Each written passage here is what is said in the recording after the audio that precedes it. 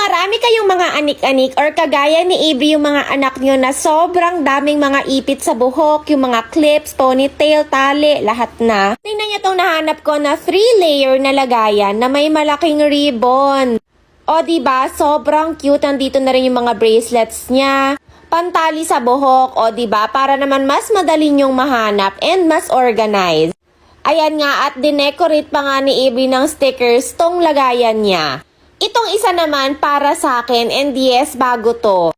O diba, ang cute nung mismong ribbon niya sa harapan, tapos may handle din siyang ganito. Gagawin ko kasi siyang organizer ng gamit ko. In fairness ha, yung kay Avery, medyo matagal na yan, pero tingnan nyo, buhay na buhay pa rin. So, ito na nga yung akin. Nilagyan ko kasi siya ng mga soft clay para makita ko lahat agad yung mga colors na available. Pero actually, kahit ano pwede nyo ilagay dito ha. Kung mahilig kayo sa mga